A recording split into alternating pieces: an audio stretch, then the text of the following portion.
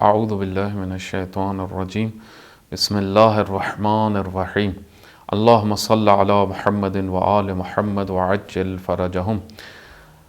آج 4 شعبان المعظم ہے، روز ولادت حضرت ابو الفضل العباس علیہ الصلاۃ والسلام، فرزند امیر المومنین علی ابن ابی طالب علیہ الصلاۃ والسلام ہیں، اور بہت عظیم شخصیت ہیں حضرت ابو الفضل العباس۔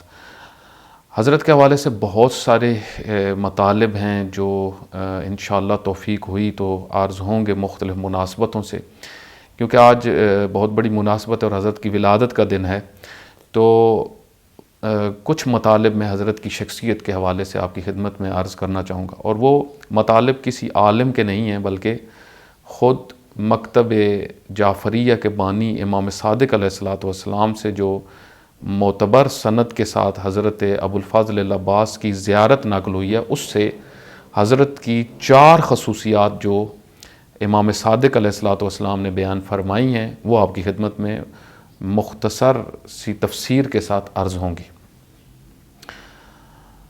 میرے پاس جو ہے وہ مفاتیح نوین ہے رکھی ہوئی، آیت اللہ مکارم شرازی حافظہ اللہ کی، جس طرح مفاتیح الجنان ہے، یہ اسی طرح ہی ہے، لیکن اس میں کچھ تحقیقات مزید ہوئی ہیں۔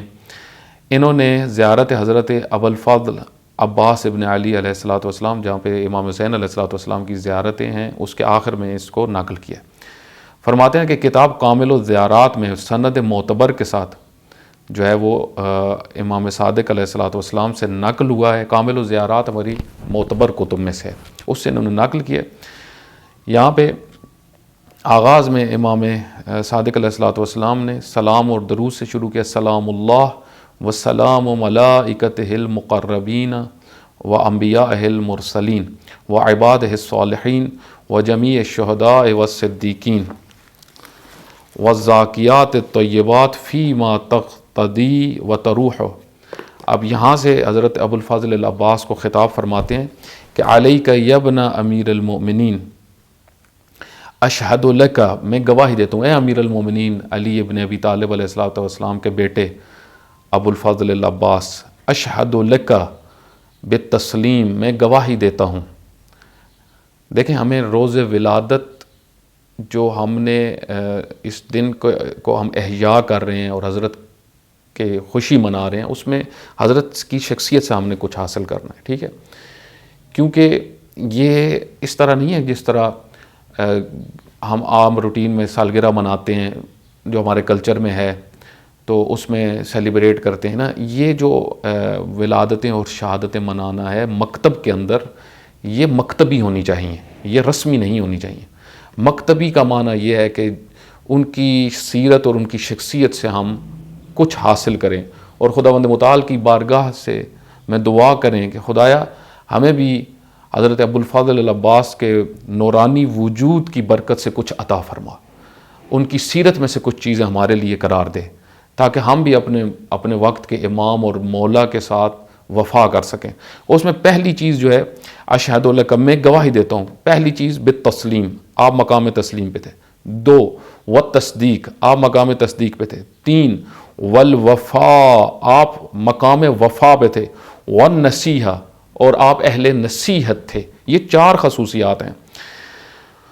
خوب، ان 4 کی مختصر سی تشریح کرنی ہے۔ دیکھیں، تسلیم کی تعبیر آپ کی خدمت میں پہلے بھی چند دفعہ عرض ہوا کہ قرآن کریم کی تعبیر ہے، اور امیر المومنین علی ابن ابی طالب علیہ الصلوۃ والسلام کا وہ معروف فرمان کہ الاسلام ہوا تسلیم۔ تسلیم ایک کنڈیشن ہے، جس طرح قرآن کریم نے بیان کیا نا، وہ یسلموا تسلیما۔ اس سے مراد یہ ہے کہ رسول اللہ صلی اللہ علیہ وآلہ وسلم کے سامنے بھی آپ اور ہم سب مومنین جو ہیں وہ تسلیم رہیں۔ یہ تسلیم سب سے بڑا مقام ہے، سلم سے ہے، سلامتی سے ہے۔ اسی طرح اسی سے ہے قلب سلیم، سالم دل۔ دیکھیں، تسلیم یعنی آرڈرز کو قبول کرنا، دل سے قبول کرنا، اس کنڈیشن کو کہتے ہیں۔ یعنی اپنے پروردگار کی اطاعت کرنا دل سے، اللہ تعالیٰ کے بنائے ہوئے ائمہ کی اطاعت کرنا دل سے۔ دیکھیں، بہت ساری چیزیں ہوتی ہیں جو ہمیں اچھی نہیں لگ رہی ہوتی، ٹھیک ہے، لیکن پروردگار کا ارادہ یہ ہے کہ ہم اس کو انجام دیں، ٹھیک۔ مثلا فرض کریں جس طرح صبح نماز کے لیے اٹھنا، واضح سی بات ہے کہ ہر کسی کا سونے کو دل کر رہا ہوتا ہے، لیکن اللہ چاہتا ہے کہ ہم اٹھیں، اب اٹھنا۔ تہجد کے وقت اللہ چاہتا ہے کہ ہم اٹھیں، البتہ ثواب ہے اس کا، واجب نہیں ہے، لیکن اللہ کا چاہتا ہے کہ میرا بندہ اٹھے تاکہ میں اس کے لیے اجر قرار دوں، ٹھیک ہے۔ دل نہیں کر رہا ہوتا، لیکن جب انسان پروردگار کے احکام کو پھر اس دل سے انجام دیتا ہے کنڈیشن کو، تو وہ مقام تسلیم پہ ہوتا ہے۔ یعنی اب انسان نماز ادا کر رہا ہے، اللہ کی طرف سے جو ہمارے اوپر ذمہ داری ہے اس کو دل سے ادا کر رہا ہے، یعنی کوئی سختی نہیں ہے اس کے اوپر۔ بعض ذمہ داریوں کو ادا کر رہے ہوتے ہیں بڑی مشکل سے، دل نہیں کر رہا ہوتا۔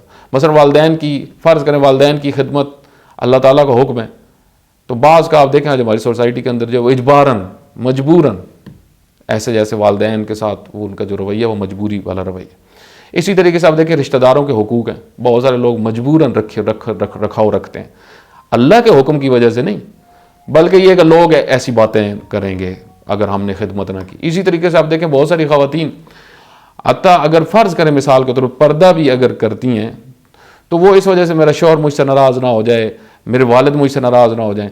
آپ دیکھیں بعض اوقات یہ بعض دوسرے ممالک میں جب ایسے دیکھنے میں آیا کہ خواتین جب بعض تھوڑی سی آزاد ہوتی ہیں پردہ اتار دیتی ہیں، کئی ممالک میں بھی اس طرح ہے، ٹھیک ہے۔ تو جبری نہیں ہے، تسلیم وہ کنڈیشن ہے جہاں پہ آپ نے دل سے اپنے پروردگار کی اطاعت کو قبول کیا ہے اور تسلیم ہے اس کے تمام احکام کے سامنے۔ یہ حالت رضا اور تسلیم بہت بڑا مقام ہے، بہت بڑا۔ آپ کی خدمت میں عرض کیا، ایک روایت میں آئے کہ بعض لوگ قبر سے اٹھیں گے ڈائریکٹ جنت میں بغیر کسی مقام پہ رکے، تو خداوند متعال فرشتے تعجب سے پوچھیں گے خداوند متعال سے یا ان لوگوں سے کہ آپ کیسے اس مقام پہ پہنچ گئے کہ سیدھا قبر سے آپ جنت میں، کوئی رستے میں آپ میزان صراط کسی جگہ پہ آپ رکے نہیں۔ تو وہ کہیں گے کہ ہم مقام تسلیم پہ تھے، مقام رضا پہ تھے، یا پروردگار کی طرف سے آگا کہ فرشتوں کے سامنے اعلان ہوگا کہ یہ مقام تسلیم پہ تھے۔ روایت اس طریقے سے نقل ہوئی ہے، دقیق میرے ذہن میں نہیں ہے لیکن یہ معتبر روایت ہے۔ خوب، اس کے بعد یعنی تسلیم کا مقام آپ دیکھیں کہ حضرت عباس ابو الفضل العباس علیہ الصلوۃ والسلام کی شخصیت میں آپ دیکھیں کہ تسلیم اس طرح تھا کہ کہیں اس طرح اس مقام پہ فائز تھے کہ کہیں پہ انہوں نے یہ نہیں کہا کہ مولا یہاں کیوں روک رہے ہیں، وہاں پہ جو ہے وہ روک دیں۔ یا مثلا جس طرح ایک عالم بزرگوار بڑی خوبصورت بات کر رہے تھے، کہتے ایک کمانڈر کو پانی لگانے پہ لگا دیا جائے تو اس کے ذہن میں آتا ہے میرا یہ کون سا، یہ کام میرا تو نہیں ہے، ٹھیک ہے۔ مثلا ہو سکتا ہے ذہن میں یہ بات آتی ہے نا، ایک شخصیت کا بہت بڑا مقام ہے تو اس کا یہ کام تو نہیں ہے۔ اسی طریقے سے جو ہے وہ خیمے لگانا، آپ دیکھیں حضرت ابو الفضل العباس کی جو ذمہ داری لگتی تھی وہ اس کو فوراً انجام دیتے تھے۔ یہ ہوتا ہے پیروی، یہ ہوتا ہے تسلیم کی کنڈیشن میں۔ کیوں؟ کیونکہ یقین ہے جن کی پیروی کر رہا ہوں اللہ نے حکم دیا ہے، یہ امام مفترض الطاعہ ہیں، ٹھیک ہے۔ اسی وجہ سے آپ دیکھیں کہ آگے آ رہا ہے کہ اس شخصیت کی پیروی میں وقت گزارا لخلف النبی صلی اللہ علیہ وآلہ المرسل، یعنی والسبط المنتجب، رسول اللہ کے بیٹے کی پیروی میں، وہ جو چنے ہوئے ہیں ان کی پیروی میں اور ان کے سامنے تسلیم تھے۔ خوب، بس یہ تسلیم کی کنڈیشن آپ دیکھیں کہ ہم اپنے اندر توجہ کریں کہ ہم کیا اس کنڈیشن پہ فائز ہیں کہ ہمارے پروردگار کا کوئی حکم آئے تو ہم اس کو دل سے انجام دیتے ہیں، یا امام زمانہ علیہ الصلوۃ والسلام ہم سے کوئی چیز چاہیں، یا مثلا ہمارے رہبر ہم سے کوئی چیز ارادہ کریں، رہبر معظم حافظہ اللہ ولی فقیہ ہمارے جو ہیں، تو ہم اس کے لیے آمادہ ہیں، تو ہم مقام تسلیم پہ ہیں۔ تصدیق، دوسری تصدیق بھی بہت مہم امر ہے۔ آپ دیکھیں اس کے متعلق بھی کچھ گفتگو ہوئی تھی پہلے۔ تصدیق صدق سے ہے، صدقہ، صدق، یہ سب ایک ہی ہیں۔ تصدیق، مصدق، تصدیق کرنے والی شخصیت جو ایک لحاظ سے جو عرض ہوتا ہے صدیق بھی ہوتے ہیں، صدیق یعنی وہ تصدیق کرنے والا۔ دیکھیں تصدیق ایک خاص موقع پہ کسی بڑی شخصیت کی بات کی تائید کرنا یا اس کے فعل کی تائید کرنا یا اس کے مشن کی تائید کرنا ایک خاص کنڈیشن میں، بعض اوقات یہ ایسی شخصیت جو تصدیق جو اس کی تائید کرتے ہیں وہ تصدیق کرنے والے ہوتے ہیں، وہ مقام تصدیق پہ ہوتے ہیں۔ یا یہ کہ ہمیشہ اس شخصیت کا ساتھ دینے والے وہ صدیق ہوتے ہیں، تصدیق کرنے والے ہوتے ہیں. جس طرح آپ دیکھیں نا حضرت موسیٰ علیہ الصلوۃ والسلام ایک خاص کنڈیشن میں مشکلات میں تھے، فرعونی سارے مخالف، بڑے خطرناک کنڈیشن تھی اور جان کو خطرہ تھا حضرت موسیٰ علیہ الصلوۃ والسلام کی. وہاں پہ دیکھیں کہ مومن آل فرعون، یعنی مومن کے خاندان میں اس کے چچا کا بیٹا تھا فرعون کا، جو مومن آل فرعون تھا، تو وہ مومن ہو گیا. اب وہ پہلے تو دیکھتا رہا کہ انڈر گراؤنڈ رہا اور انڈر گراؤنڈ طریقے سے تائید کرتا تھا، لیکن جب اس نے دیکھا کہ حضرت موسیٰ علیہ الصلوۃ والسلام کی جان کو خطرہ ہے تو وہ اپنی قوم کے سامنے آتے ہیں اور حضرت کے موقف کی تائید کرتے ہیں لوگوں کے سامنے.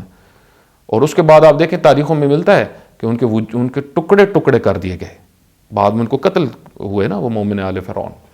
تو معصومین علیہ الصلوۃ والسلام فرماتے ہیں کہ وہ ٹکڑے ٹکڑے ہو گئے لیکن اپنے موقف سے پیچھے نہیں ہٹے، دین نہیں لے سکے ان کا فرعونی، یعنی فرعونی ان کا دین ان سے نہیں لے سکے. اور انہوں نے حضرت موسیٰ علیہ الصلوۃ والسلام کی تصدیق فرمائی اور اپنی قوم کے سامنے کیا کہا؟ اپنی قوم کو کہا کہ اگر یہ جھوٹ بول رہا ہے تو پھر یہ جانے اور جھوٹ، پھر جو اس کا ہوگا اینڈ وہ اس کے خود جانتا ہے یہ شخصیت. اور اگر یہ سچ کہہ رہے ہیں حضرت موسیٰ علیہ الصلوۃ والسلام تو پھر اے میری قوم تم سوچو پھر کیا بنے گا. اگر وہ سارا حساب کتاب آخرت میں ہوگا تو ہمارے پاس تو کچھ بھی نہیں بچے گا، ہم تو نقصان میں جائیں گے. بڑی خوبصورت دلیل دی انہوں نے وہاں پہ مومن آل فرعون نے، جو قرآن کریم نے بیان کیا. انہوں نے کہا کہ اگر جھوٹ بول رہا ہے تو اس کے اپنے ذمے، اور اگر سچ نکل آیا تو پھر، اور ہے وہ سچا کیونکہ اس کا کردار بتا رہا ہے کہ وہ شخصیت سچ بولنے والے ہیں، تو یہ تصدیق ہوتی ہے. یعنی خاص کنڈیشن میں آپ دیکھیں حضرت ابو الفضل العباس نے جس موقع پہ سید الشہداء علیہ الصلوۃ والسلام کی تصدیق فرما رہے ہیں، وہاں پہ ایک بڑی تعداد بنی ہاشم بھی ساتھ نہیں ہے، وہ بھی اس موقع پہ تصدیق سید الشہداء علیہ الصلوۃ والسلام کی کرنے سے ڈر رہے ہیں، کہیں یا مصلحت کا شکار ہیں، کئی مشکلات ہیں. آپ دیکھیں حضرت عبداللہ ابن عباس جیسی بڑی شخصیت موجود ہیں، ٹھیک ہے. آپ دیکھیں کہ حضرت حنفیہ جیسی بڑی شخصیت موجود ہیں. اسی طریقے سے اور شخصیات بھی ان کے متعلق معتبر کتب کے اندر آج کل یہ میرے پاس مقتل جامع سید الشہداء علیہ السلام رکھی ہوئی ہے. سلیمان بن سرد خزائی کوفہ کے اندر شیعوں کا سب سے ٹاپ کا عالم ہے. یہ کوئی بھی امام حسین علیہ الصلوۃ والسلام کے ساتھ نہیں نکل رہے. اسی وجہ سے آپ دیکھیں سید الشہداء علیہ الصلوۃ والسلام کے متعلق ایک بڑی تعداد مشکوک ہو گئی، کیونکہ جب بڑی شخصیات ساتھ نہ دیں تو لوگ مشکوک ہوتے ہیں، ٹھیک ہے. اسی وجہ سے آپ دیکھیں کوفہ کے اندر جب سلیمان بن سرد خزائی نے ساتھ نہیں دیا تو اس کا نتیجہ کیا نکلا کہ ایک بڑی تعداد شیعہ کی سلیمان بن سرد خزائی کی وجہ سے امام حسین علیہ السلام کے ساتھ نہیں آئی، نہیں تعاون کیا انہوں نے. اور بعد میں انہوں نے توابین نے خود اقرار کیا. توابین نے جو سپیچ کی ہے اس سپیچ کے اندر وہ تاریخ میں لکھی ہوئی ہے، جب انہوں نے اپنے قیام کا آغاز کیا تو انہوں نے کہا کہ امام حسین علیہ الصلوۃ والسلام نے ہم سے ہر قسم کا جو تعاون کی ڈیمانڈ کی، ہمیں آنے کے لیے کہا، ہم نہیں گئے. ہم سے تعاون مانگا، ہم نے نہیں کیا. وہ خود کہہ رہے ہیں کہ ہم نے یہ نہیں کیا، یعنی ہم سے طلب کیا. تو امام حسین علیہ الصلوۃ والسلام اسی وجہ سے تو حضرت نے ان کو ایک خط میں یہی فرمایا کہ تم نے جو کچھ مجھے عہد کیے تھے وہ سب تم نے توڑے ہیں. میں بچے لے آیا ہوں، تمہارے بچے تو آئے نہیں. تو آپ دیکھیں کہ تصدیق جو ہوتی ہے، تصدیق اس معنی میں یعنی اس شخصیت کے موقف کی تائید اور اس کے ساتھ چلنا، یہ حضرت ابو الفضل العباس کی شخصیت میں بہت اہم پہلو ہے. ایسی کنڈیشن میں آپ دیکھیں جس طرح رسول اللہ صلی اللہ علیہ وآلہ وسلم کی جس موقع پہ ابتدائی کنڈیشنز میں مکہ کے اندر حضرت خدیجۃ الکبریٰ سلام اللہ علیہ نے تصدیق کی اور امیر المومنین علی بن ابی طالب علیہ الصلوۃ والسلام نے، وہ بہت حیثیت رکھنے والی چیز ہے. کیونکہ اس موقع پہ اگر ایسی شخصیات تصدیق نہ کریں مشن آگے بڑھتا ہی نہیں ہے. ایسی شخصیات کی اس وجہ سے حضرت ابو الفضل العباس کا بہت کلیدی کردار ہے بنی ہاشم میں سے سید الشہداء علیہ الصلوۃ والسلام کا جو ساتھ تصدیق کی. والوفاء، وفا کی، وفا کہتے ہیں ایک کام کو پورے طریقے سے نبھانا، پورے طریقے سے. وفا اخذ کامل کو کہتے ہیں. وفا یفی اخذ کامل، کسی چیز کو پورے طریقے سے لے لینا. جس طرح فرشتے نا توفا کرتے ہیں، مثلا روح کو بدن سے نکال لیتے ہیں، ٹھیک ہے، اپنی پوری شخصیت وہ نکال لیتے ہیں. قرآن کریم میں وفا کی تعبیر استعمال ہوئی ہے موت کے لیے. اسی طریقے سے ہم جو استعمال کرتے ہیں با وفا، تو با وفا یعنی وفادار دوست وہ ہوتا ہے جو پورے طریقے سے آپ کے ساتھ تعاون کرنے والا ہوتا ہے.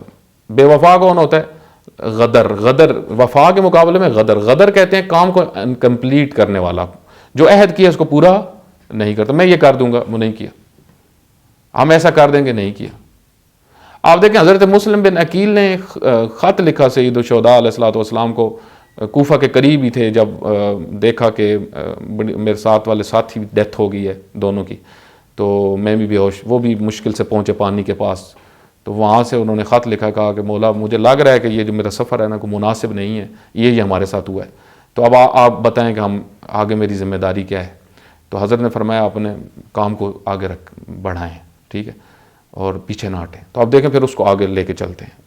اب یہ بہت مہم ہے، یعنی اس کام کو کمپلیٹ کرو۔ اب دیکھیں حضرت مسلم بن عقیل نے پھر اس کام کو کس طرح کمپلیٹ کیا جو ان کی ذمہ داری تھی۔ حضرت ابو الفاضل العباس علیہ الصلوۃ والسلام کی شخصیت ہو، یا حضرت مسلم بن عقیل کی، حضرت زینب کبریٰ سلام اللہ علیہ، کہ آپ ان کے اندر دیکھیں وفا والا، یعنی اپنے اس جو عہد تھا اس کو کمپلیٹ نبھایا۔ بہت زیادہ مشکلات دیکھی، بہت پریشانیاں دیکھی، لیکن اپنے مقصد سے پیچھے نہیں ہٹے، عہد کو پورا کیا۔ بعض اوقات ہوتا ہے نا آپ کے لیے بہت رکاوٹیں آ جاتی ہیں، آپ دیکھیں حتیٰ حضرت ابو الفاضل العباس کے لیے جو ہے وہ ابن زیاد کی طرف سے امان نامہ بھیجا گیا جو شمر لے کے آیا۔ آپ دیکھیں حضرت ابو الفاضل العباس نے کس طریقے سے اس کا جواب دیا، کس طرح رد کیا، اور حتیٰ آپ دیکھیں کہ یہاں سے آپ چھوٹی چھوٹی چیزوں کے اوپر ہم تصور کریں وفا کی، آپ دیکھیں انتہا یہ کہ پانی، ایک جنگجو کے سامنے پانی آئے، پانی کو چھوڑ رہے، وہ شخصیت چھوڑ رہے ہیں پانی کو، کیوں؟ اتنی پیاس ایک جنگجو کے لیے، پانی کتنی مہم چیز ہوتی ہے، سامنے پانی چھوڑ دے، کیوں؟ روح بلند ہے، مقام وفا پہ ہیں۔ یہ وفا بہت بڑی نعمت ہے اگر انسان کے پاس ہو۔ ہمارے ایک دیکھیں، میں بس ایک مطلب عرض کروں یہاں پہ، آپ دیکھیں کہ کسی بھی کام کو جب آپ شروع کریں نا اس کو کمپلیٹ کریں۔ مثلا کتاب پڑھنا شروع کیا ہے نا اس کو ادھورا نہ چھوڑیں، تاکہ ہمیں عادت نہ پڑے غدر کی۔ یہ غداری جو تعلیمات دینی میں ہے یہ بڑی مہم ہے، اس کو سمجھنا۔ ہم اکثر کام میں غدر کرتے ہیں، وفا نہیں کرتے۔ اب اسی طرح اپنے امام کے ساتھ بھی ہم دیکھیں، سوچیں ہم کہیں ہم غدر تو نہیں کر رہے؟ جو امام نے ہماری ذمہ داریاں لگائی ہوئی ہیں غیبت کبریٰ میں، ہم اس میں غدر تو نہیں کر رہے، چوریاں تو نہیں کر رہے، چور تو نہیں ہیں ہم کہیں ذمہ داریوں کے چور؟ دیکھیں نا بعض لوگ ہوتے ہیں نا بہت ساری اپنی ذمہ داریاں ادا نہیں کرتے اور پھر توجیہات کرتے ہیں، یہ غدر ہوتا ہے۔ اور آخری چیز وہ نصیحہ، یہ بہت مہم ہے۔ حضرت ابو الفاضل العباس کے اندر جو چیز تھی وہ نصیحت، درد، نصح، نصح سے ہے یہ نصح، نصیحت۔ نصیحت اس وجہ سے کہا جاتا ہے کہ فلاں نے آپ کو نصیحت کی یا فلاں کو نصیحت کرے، کیونکہ نصیحت کے اندر درد ہوتا ہے، درد سے کوئی بات کی جا رہی ہوتی ہے، بیٹا ایسا نہ کریں، بھائی ایسا نہ کریں، وہ نصیحت جو کی جا رہی ہوتی ہے نا اس کے اندر درد ہوتا ہے، ٹھیک ہے۔ تو اسی وجہ سے آپ دیکھیں کہ علماء کی جو بنیادی ترین خصوصیت بیان کی گئی ہے امام زمانہ علیہ الصلوۃ والسلام کی دعا میں، وَعَلَى الْعُلَمَاءِ بِالزُّهْدِ وَالنَّصِيحَةِ، علماء کی دو خصوصیات ہیں جو مہم ترین ہیں، اگر وہ عالم کے اندر نہ ہو تو وہ عالم نہیں ہے۔ ایک زہد ہونا چاہیے، دنیا کے تجملات سے دور ہو، اور دوسرا نصیحت، درد ہو دین کا۔ جس طرح امام خمینی رحمۃ اللہ علیہ میں یہی دو بنیادی ترین چیزیں بہت زیادہ تھی، درد اور زہد۔ درد جو ہے وہ انسان کو، دین کا درد ہو تو پھر دین کے لیے کچھ کرتا ہے، انقلاب کا درد ہو تو انسان انقلاب کے لیے کچھ کرتا ہے۔ آج آپ دیکھیں نا ایک بڑی تعداد جو ہے وہ حتیٰ دین پڑھ کے بھی کوئی اگر دین کی خدمت نہیں کر رہا، اپنی ذمہ داریاں ادا نہیں کر رہا، اس کا مطلب ہے اس کے اندر درد نہیں ہے۔ آپ دیکھیں حضرت ابو الفاضل العباس نے جو اتنی مشکلات دیکھی، اپنی بہنوں کے ساتھ نکل رہے ہیں، یہ سارے کٹھن مرحلے، کون؟ درد دین، درد امام حسین علیہ السلام، درد ولی خدا، درد دین خدا حضرت ابو الفاضل العباس کے اندر تھا۔ اس وجہ سے ہر قربانی تھی، آمادہ ہو گئے۔ خداوند متعال ہم سب کو حضرت ابو الفاضل العباس کے یہ چار جو کمالات ہیں ان میں سے ہمیں بھی اللہ آج کے دن کچھ نہ کچھ عطا فرمائے انشاءاللہ۔ آپ بھی دعا کریں، ہم بھی دعا کریں گے، خداوند متعال ہمیں اولیاء الہی کے ساتھ محشور فرمائے۔ وصلی اللہ علی محمد وآلہ الاطہار۔